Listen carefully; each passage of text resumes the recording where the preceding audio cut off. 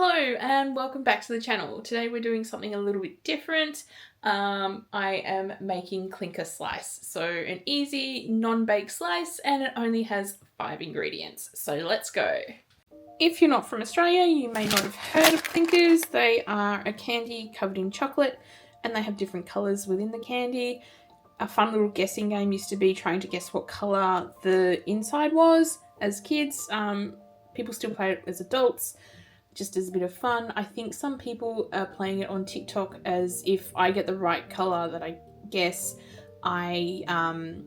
you will do a thing for me, or I will go get like a sweet treat and things like that. So they've sort of started to become a little bit known online outside of Australia and New Zealand. So what we're going to do is blitz these together with biscuits. Just need a plain sweet biscuit. I'm using Teddy's. Can be this milk arrowroot or Malt milk. You could probably also use Biscoff as well if you want a little bit of differentiation in the taste. But first what we're going to do is nuke the butter so it melts. And we're going to do that in 30-second bursts. We don't want them to be like a small fine consistency. We want a bit of a mixer consistency. Half of it I'm going to crush with a rolling pin, and the other half I'm going to put into the Thermomix that we were given at the start of the year and have done literally not a lot with. And when I mean gifted, I mean a family member gave it to us. Long story. I will end up reviewing this just to explain what it's been like for us to use it over the last few months, but I haven't completely gotten to doing that yet. It'll probably be in the next month or so though. Anyway, let's get these sorted.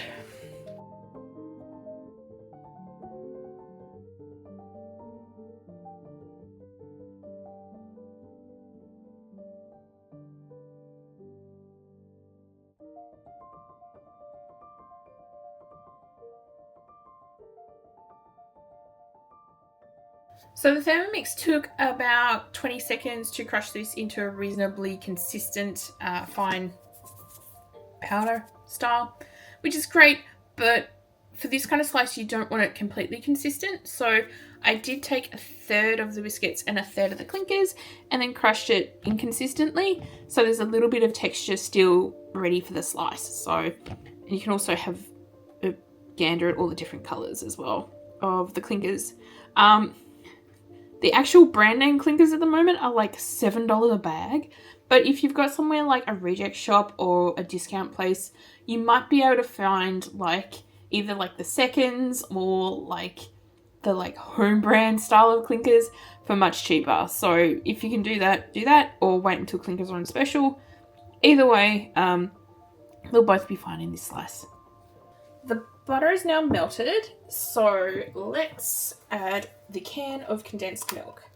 So this is 5 ingredients, so butter, condensed milk, plain sweet biscuits. They don't have to be brand name, they can be home brand. It can be as cheap or as expensive as your budget will allow for. I only bought like the brand name stuff because for some reason the teddy bear biscuits were a lot cheaper than even the Woolworths home brand sweet biscuits. So the joys of living in Tasmania, there's no Aldi and there's no Costco, and we don't have really a cheap alternative to like Aldi that we can do grocery shopping at. We are very dependent on Coles and Woolworths. We do have IGAs down here, but they tend to run a very small amount of grocery items and are significantly more expensive than the duopolies are. So try and get as much condensed milk out of that container as you can and give it a bit of a mix. So we're going to add our dries to our wets.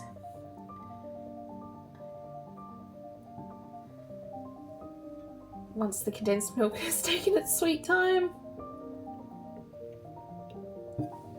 let's mix.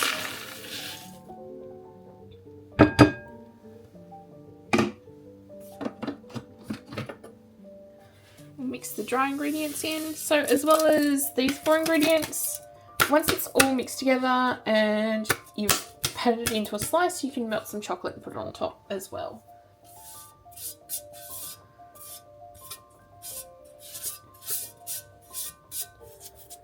So that's a really fine consistency for the biscuits, and that's going to be great when you are making cheesecakes, but you don't want that fully as a full consistency for a slice like this if you are using the Thermomix to break down your biscuits. And same if you use just a normal blender or a mixer,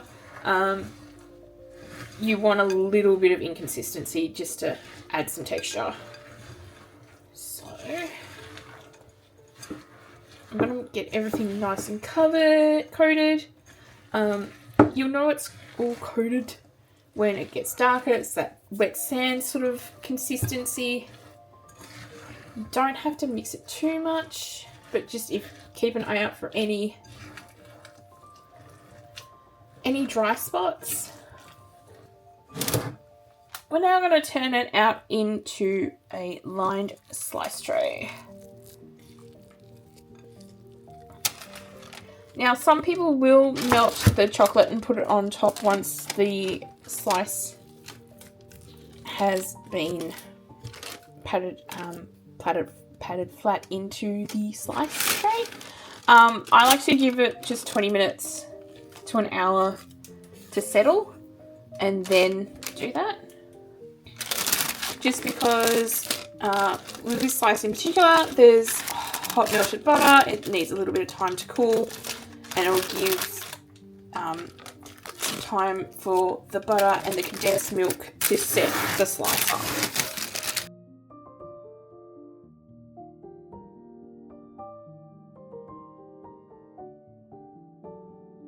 This is going to go in the fridge for the next hour, and then I'll come back and cover it in chocolate. Okay, so the slice has been in the fridge for around an hour and it's started to set up quite nicely, but it is now time to add the chocolate layer. So got about 150 grams of milk chocolate. You could also use dark chocolate, and we're just going to microwave it at 30-second bursts until it's melted nice and smoothly. Okay, so the chocolate has now melted, and we just need to pour it over and give it I say melted, and it has. But it has also decided to be an absolute butt and not play nicely. So it's not going to be nice and smooth. If you don't want it to seize, you can add coconut oil. But unfortunately, sometimes, especially with the microwave, it can be quite hit and miss if your chocolate decides to melt properly. I generally use a double boiler method over the stove, but I do not have the time today to do that, and I'm now paying for it.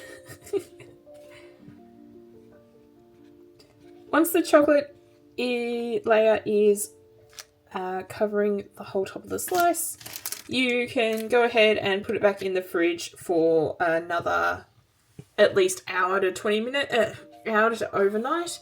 And then we'll come back tomorrow, my time, but in a couple of seconds for you, to slice it up and we'll finish up. So it's the next day. I've taken it out of the slice tin and taken the baking paper off, and now it's time to cut. You want to cut into squares of about 1 inch by inch.